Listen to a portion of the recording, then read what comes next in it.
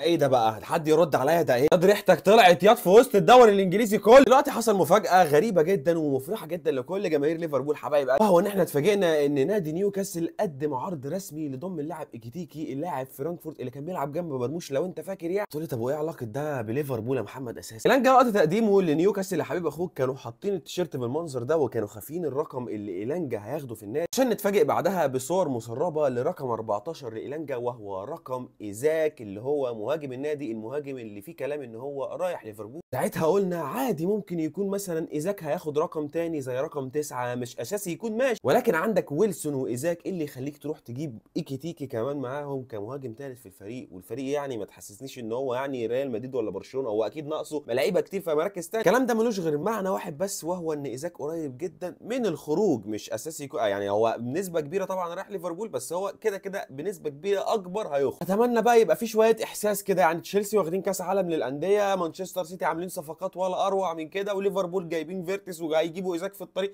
وانت يا مصنن عمال تجيب نفسي اتفرج على منافسه في الدوري. انا كواحد متفرج على الدوري الانجليزي وما بشجعش حد هناك، يعني نفسي اتفرج على دوري اخر 10 سنين مش مانشستر سيتي واخده 11 من